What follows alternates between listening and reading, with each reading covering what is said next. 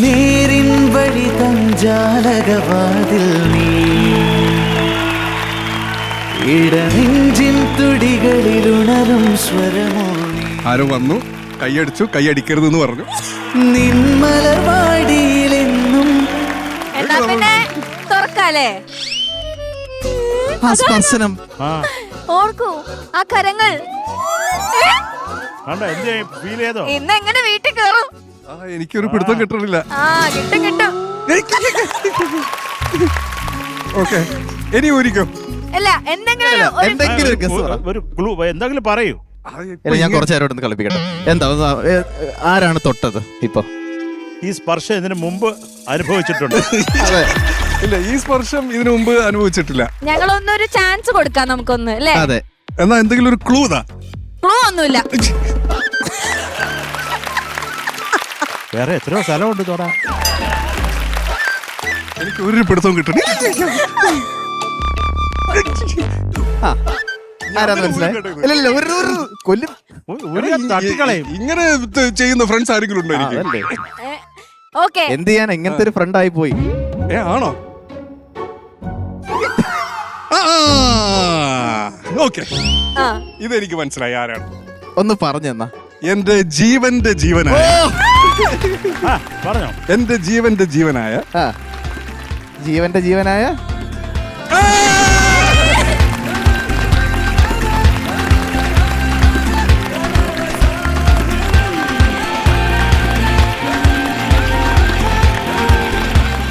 കൊള്ളാം ബ്രോ, വീരേന്ദ്ര സേവാങ്ക് നന്നായിട്ട്. നീയല്ലേ? എനിക്കറിയാം നീ ഇതൊക്കെ തന്നെ പറയുള്ളൂ. Thank you so much. ആരാ ഇത്?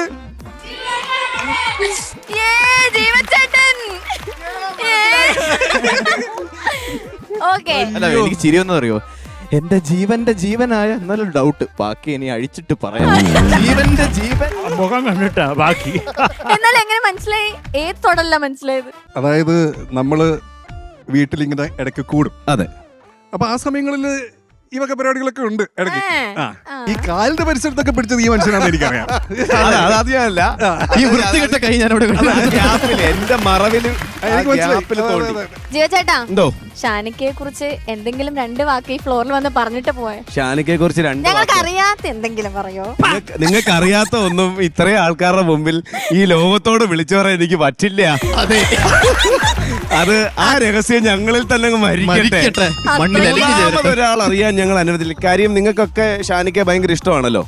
അതങ്ങ് പോകും. ഇങ്ങോട്ട് വന്നേ, ഇങ്ങോട്ട് നിന്നേ. അത്ര മോശമൊന്നുമല്ല, അത്ര കൂളും ഭയങ്കര രസമാണ്. അതുകൊണ്ട് ഞങ്ങള് ആ രഹസ്യം നമ്മളിൽ തന്നെ അങ്ങ് നിക്കട്ടെ. ആണല്ലേ? വേറെന്തായാലും ഞാൻ പറയണം ഷാനിക്കയെ പറ്റി. പിന്നെ ഉറപ്പായിട്ടും എന്തായാലും വന്നില്ലേ രണ്ട്. ഞാനും ഷാനിക്കയും പരിചയപ്പെട്ടിട്ട് കറക്റ്റായിട്ട് പറയുവാണെങ്കിൽ 6 വർഷം. ഇത് 7ാമത്തെ വർഷം. അപ്പോൾ ഞങ്ങൾ ആദ്യം ഞങ്ങൾ ഒരു മ്യൂസിക് റിയാലിറ്റി ഷോയിലാണല്ലോ ആദ്യം പരിചയപ്പെടുന്നത്. വെളിയൊന്ന് വിളിക്കോ? അപ്പൊ ഇതുപോലെ പാറു വന്ന് നിന്നിട്ട് ഇൻട്രോ കൊടുക്കുന്ന പോലെ ഞാനും വന്ന് ഇൻട്രോ കൊടുത്തു. അപ്പൊ അവിടെ 3 ചെയർ ഇതേപോലെ കിടപ്പുണ്ട്. ആ ചെയറിൽ ഏതാണ്ട് നടുക്കൊക്കെ ആയിട്ടായിരിക്കും മിക്കവാറും ഇരിക്കുന്നത്. മിക്കവാറും പിന്നെ അങ്ങോട്ടും ഇങ്ങോട്ടൊക്കെ മാറിയും തിരിഞ്ഞൊക്കെ ഇരിക്കാറുണ്ട്. അപ്പൊ ഞാനിവിടെ ഒന്ന് ഇങ്ങനെ വിളിക്കും, പാപ്പാ എന്ന് വിളിക്കും. അപ്പൊ പാപ്പം വിളി കേൾക്കും. അങ്ങനെ തുടങ്ങിയാണ് ഞങ്ങളുടെ സൗഹൃദം. ഞങ്ങള് പിന്നെ ഒരു ക്രിസ്മസ് സമയമാണല്ലോ ഇത്. അപ്പൊ ഒരു ക്രിസ്മസ് സമയത്ത് ഞങ്ങള് നിർഭാഗ്യവശാൽ ഒരുമിച്ച് കൂടി. അന്ന് ഓർമ്മയില്ലേ മോനെ? അന്ന് എനിക്കൊന്ന് ന്യൂ ഇയർ എന്തായിരുന്നു അല്ലേ? ഓർമ്മയില്ല. എന്താ നീ പറഞ്ഞു വരുന്നേ? അന്ന് ന്യൂ ഇയർ ആണ്. അപ്പൊ ഞങ്ങൾക്ക് എവിടെങ്കിലും പോണോന്നുണ്ട്. ഞങ്ങൾ എവിടെയും ബുക്ക് ചെയ്തിട്ടില്ല. ഞങ്ങൾക്ക് എവിടെ ഇൻവിറ്റേഷനും ഇല്ല. അപ്പൊ ഞങ്ങളൊരു ദിവസം രാത്രി, ഈ പറഞ്ഞ ദിവസം രാത്രി വണ്ടി എടുത്തിട്ട് ഞങ്ങൾ പറഞ്ഞു, ഇന്ന് ന്യൂ ഇയർ അല്ലേ, അപ്പൊ നമുക്ക് എങ്ങോട്ടിലൊക്കെ പോവാം. ഇക്കയുടെ മുഖം കണ്ട ആരാ ഇൻവിറ്റേഷൻ തരാത്തെ?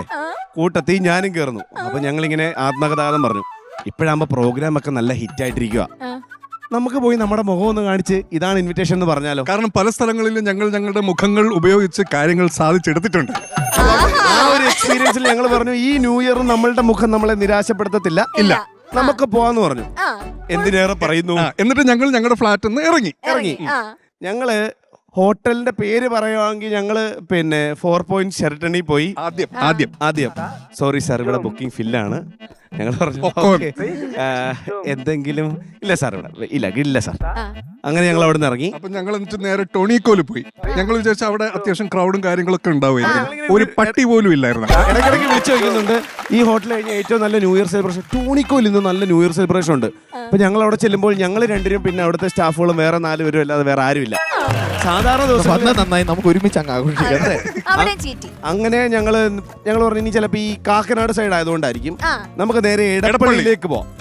അങ്ങനെ ഞങ്ങൾ നേരെ എടപ്പള്ളി മാരിഡ് ചെന്നു. സാർ ഇവിടെ ഇൻവിറ്റേഷൻ അല്ലാതെ എൻട്രി പോലും ഇല്ല. ഞങ്ങളാണെങ്കിൽ മുഖം ഇങ്ങനെയൊക്കെ കാണിക്കും. എൻട്രി പോലും ഇല്ല എന്ന് പറഞ്ഞു. ഞങ്ങള് ആ വിഷമം അതിന്റെ തൊട്ട് താഴെ ഒരു ക്രിസ്മസ് ട്രീ നിപ്പുണ്ട്. ഞാൻ എന്റെ ഫോട്ടോ എന്റെ ഫോണിലോട്ട് കാണിച്ചു തരാം. ഞങ്ങൾ അവിടെ ഞാൻ ഇക്കയുടെ 2 ഫോട്ടോ എടുത്തു, ഇക്കേന്റെ 2 ഫോട്ടോ എടുത്തു. കാരണം നമ്മൾ ഇവിടെ വന്നിട്ടുണ്ടോ നാളെ പറഞ്ഞാൽ മനസ്സിലാണല്ലോ. അങ്ങനെ ഞങ്ങള് മാരിട്ട് ഇറങ്ങിയപ്പം ലേമറിഡിലേക്ക് പോയി. ഇല്ല ലുലുവിൽ അത്യാവശ്യം തിരക്കുണ്ട്. ഞങ്ങളുടെ ലുലു കഥകൾ അങ്ങനെ കേട്ടോ. ഞങ്ങള് പ്രോഗ്രാം പിന്നെ ഏക്കുന്നുണ്ടോന്ന് അറിയാൻ വേണ്ടി ലുലുവിലേക്ക് പോകും സാറേ. എന്നിട്ട് ഒരു 2 പേർക്ക് കൂടുതൽ മനസ്സിലായപ്പോൾ നമ്മൾ പറയും സാധനം കയറുന്നുണ്ട്, പ്രോഗ്രാം ഹിറ്റാ എന്ന് പറയാം. ഞങ്ങൾ ലുലുവിൽ പോയി ഒരു 1.5 മണിക്കൂർ ഞങ്ങളിങ്ങനെ കറങ്ങി നടന്നു. അപ്പോൾ സാധാരണ ദിവസം നമ്മൾ ആരെങ്കിലുമൊക്കെ കണ്ടാൽ വന്ന് മിണ്ടുകയൊക്കെ ചെയ്യും. അന്ന് വന്ന് മിണ്ടിയ ആൾക്കാരുടെ എണ്ണം കുറവായിരുന്നു. അപ്പോൾ ഞങ്ങൾ വെച്ചാൽ ന്യൂ ഇയറിൻ്റെ തിരക്കായതുകൊണ്ടായിരിക്കും നമുക്ക് പയ്യെ പുറത്തോട്ടൊക്കെ ഇറങ്ങി വേറെ എവിടെയെങ്കിലും പോയാലോ. അപ്പം ഞാൻ വിളിച്ചു ചോദിച്ചു, കൂട്ടുകാരൊക്കെ വിളിച്ചു ചോദിച്ചപ്പോൾ ലേമറിഡിയിൽ അത്യാവശ്യം നല്ലൊരു ന്യൂ ഇയർ പാർട്ടി നടക്കുന്നുണ്ടെന്ന് പറഞ്ഞു. ഞങ്ങൾ ലേമറിഡിയിൽ പോയി. അവരും പറഞ്ഞു സാർ അങ്ങോട്ടേക്ക് എൻട്രിയേ ഇല്ല, നിങ്ങൾ വേണം ഈ സൈഡിലാണ്, പൊതുവഴി അതാണ്. ആ റെസ്റ്റോറന്റ് ആ സൈഡാണ്, അവിടെ പോയി എന്തെങ്കിലും ഭക്ഷണം കഴിച്ചോളാൻ പറഞ്ഞു. എന്തിനേറെ പറയുന്നു, എറണാകുളത്തുള്ള ഹോട്ടൽ മുഴുവൻ ഞങ്ങൾ നടന്നു. അവസാനം ഞങ്ങൾ പുറപ്പെട്ട ഫ്ലാറ്റിൽ തന്നെ തിരിച്ചെത്തി. അങ്ങനെ ഞങ്ങളുടെ കുഞ്ഞു വെടിക്കെട്ടുകൾ കണ്ടു. ഞങ്ങള് ഹാപ്പി ന്യൂ ഇയർ പറയാൻ വേണ്ടിയിട്ടാണല്ലോ ഞങ്ങള് ആ സമയത്ത് ഒരുമിച്ചാകണം, എന്തെങ്കിലുമൊക്കെ സെലിബ്രേഷൻ വേണമെന്ന് പറഞ്ഞ് ഇറങ്ങിയാണല്ലോ. ഈ എറണാകുളത്തെ മുഴുവൻ ഹോട്ടലിലും പോയി ഒരിടത്തും എൻട്രി കിട്ടാതെ കറങ്ങി തിരിഞ്ഞ് ഞാൻ ഇക്കയെ ഡ്രോപ്പ് ചെയ്യാൻ വേണ്ടി ഇക്കയുടെ ഫ്ലാറ്റിൽ ചെന്നപ്പോൾ രാത്രി കൃത്യം 12 മണി ആൾക്കാർ പടക്കം ഇക്കയുടെ ഫ്ലാറ്റിൽ. അവിടെ നിന്ന് ഞങ്ങൾ അങ്ങോട്ടും ഇങ്ങോട്ടും കെട്ടി പിടിച്ച് ഹാപ്പി ന്യൂ ഇയർ പറഞ്ഞു. പക്ഷേ അതിന് ഏറ്റവും വലിയ സന്തോഷം എന്ന് പറഞ്ഞു കഴിഞ്ഞാൽ ആ സമയത്ത് ഞങ്ങൾ ഒരുപാട് ഈ പറഞ്ഞ എറണാകുളത്തെ പ്രാന്തപ്രദേശങ്ങളിലൊക്കെ ന്യൂ ഇയർ സെലിബ്രേറ്റ് ചെയ്യാൻ വേണ്ടി അലഞ്ഞ ആ പയ്യന്മാർ അതിനുശേഷമുള്ള 4 or 5 ന്യൂ ഇയേഴ്സ് ഞങ്ങൾ ഒരുമിച്ചാണ് സെലിബ്രേറ്റ് ചെയ്തിട്ടുള്ളത്. ബർത്ത്ഡേയും ന്യൂ ഇയറും ഈ വർഷവും ഞങ്ങൾ ഒരുമിച്ചാണ് ബർത്ത്ഡേ ന്യൂ ഇയർ സെലിബ്രേറ്റ് ചെയ്തത്. ഈ വർഷവും അങ്ങനെ തന്നെ. അതും എവിടെയാണ് സെലിബ്രേഷൻ? എല്ലാം എനിക്കറിയാം, നമ്മുടെ സ്ഥിരം സ്ഥലം. ഞങ്ങളുടെ സ്ഥിരം സ്ഥലം. നമ്മൾ 1 വർഷം മുഴുവൻ കഷ്ടപ്പെട്ടിട്ട് ആ പൈസ മുഴുവൻ ദുബായിയുടെ രാജാവ് പറഞ്ഞിട്ടുണ്ട് എല്ലാം ഇവിടെ കൊണ്ട് തരണം. എന്നിട്ട് തിരിച്ച് 1-ാം തീയതി ന്യൂ ഇയർ ആഘോഷിച്ചിട്ട് തിരിച്ചു പോകുമ്പോൾ കയ്യിൽ 5 പൈസ ഇല്ലാതെ തിരിച്ചു വേണം പോവാൻ എന്ന് പറഞ്ഞിട്ടുണ്ട്. അങ്ങോട്ട് ഹാപ്പി ആയിട്ടോ തിരിച്ച് എഴഞ്ഞൊക്കെ വരും. അതെ, എല്ലാ ഭാഗത്തും ഓട്ടമായിട്ട് ഞങ്ങൾ തിരിച്ചു വരും. പിന്നെ 1 വർഷം നന്നായിട്ട് അധ്വാനിക്കും. അങ്ങനെ എനിക്ക് ഒരു റിയാലിറ്റി ഷോയിലൂടെ കിട്ടിയതാണ് ഇക്കെ. പരിചയപ്പെടുന്ന സമയത്ത് ഒരു ആങ്കർ ജഡ്ജ് റിലേഷൻ ആയിരുന്നു. അപ്പം ഞങ്ങളിങ്ങനെ നമ്മുടെ ആങ്കേഴ്സിന് ഒരു ആങ്കറിന് വിഷമം മനസ്സിലാവും. ആരെങ്കിലും നമ്മളിപ്പോൾ ഇവിടുന്ന് എന്തെങ്കിലും പറയുമ്പം ആരെങ്കിലും ഏരിയയിലിരുന്ന് തിരിച്ചെന്തെങ്കിലും പറഞ്ഞു തരുമ്പോൾ ഞങ്ങൾക്ക് കിട്ടുന്നൊരു സന്തോഷമുണ്ട്. ഒരാളെങ്കിലും നമുക്ക് റെസ്പോണ്ട് ചെയ്യാനുണ്ടാവുമല്ലോ. അങ്ങനെ എനിക്ക് ആദ്യം എൻ്റെ റിയാലിറ്റി ഷോ ജീവിതത്തിൽ എൻ്റെ ഒരു ജനറൽ കാറ്റഗറി ചാനൽ എനിക്ക് ആദ്യമായിട്ട് റെസ്പോണ്ട് ചെയ്തെന്ന മനുഷ്യനാണ്. അതിനുശേഷം എന്റെ എല്ലാ കാര്യങ്ങളിലും ആദ്യത്തെ റെസ്പോൺസ് ഇവിടുന്ന് വന്നോണ്ടിരിക്കുന്നത്. അത് നല്ലതാണേലും കെട്ടതാണേലും ഒക്കെ ഇവിടുന്ന് വന്നോണ്ടിരിക്കുന്നത്. ആദ്യം ഷാനിക്കാന്ന് വിളിച്ചു തുടങ്ങിയെടുത്ത് ഇപ്പം ഞാൻ എൻ്റെ കൂടപ്പിറപ്പ് കൂട്ടുകാരൻ ചങ്കെന്ന് ഞാൻ പറയുന്നില്ല, ഇപ്പം എൻ്റെ കൂടപ്പിറപ്പിന് തുല്യമാണ്. ഞങ്ങൾ ഒരമ്മയുടെ വയറ്റിൽ ജനിച്ചില്ലെന്നേ ഉള്ളൂ. പക്ഷേ 2 അമ്മമാരുടെ വായന്ന് ഞങ്ങൾ തെറിയേക്കുന്നുണ്ട്, അങ്ങോട്ടും ഇങ്ങോട്ടും. അന്ന് അങ്ങനെ തുടങ്ങിയതാണ്. വാവ്. അപ്പൊ ഈ ഒരു റിലേഷൻ എന്നും ഇതുപോലെ തന്നെ നിൽക്കട്ടെ. തീർച്ചയായിട്ടും.